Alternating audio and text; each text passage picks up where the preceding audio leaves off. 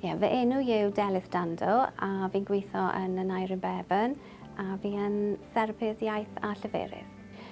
Wel, beth i fi'n neud yw yn y cymuned a fi'n gweld plant, mae rhan fwy nhw o dan saith, ond fi'n gweld nhw a'i rieni i helpu nhw gyda eu lleferydd, eu iaith neu os oes atal gyda nhw. Cyn Covid-19 yn dod â newid popeth, oedd pawb yn dod mewn i'r clinig a ni'n gweld nhw wyneb i wyneb neu o'n i'n mynd mewn i'r ysgolion.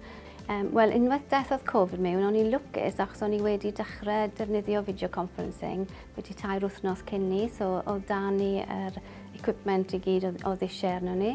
A wedyn ni o'n i'n asesu plant, rhoi therapi i plant a rhoi service o ddisiau arno nhw dros yr amser hyn.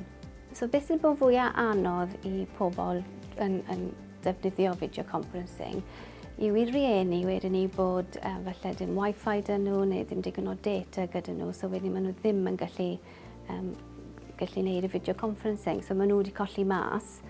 A i staff wedyn ni, jyst bethach newydd, technoleg newydd, bethach yn newid a falle bod hwnna'n anodd i rai, although fi wedi mwynhau e.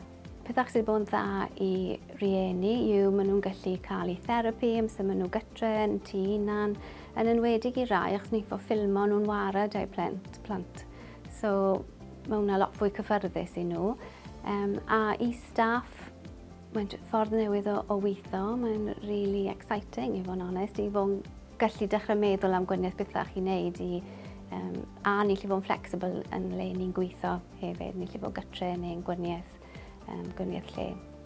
Wel, fi'n gweld nawr bod yny'r video conferencing, bydd yny'r video consulting, bydd yn defnyddio fe trwy'r amser, bydd ni byth yn mynd nôl i ffordd oedd e wyneb i wyneb.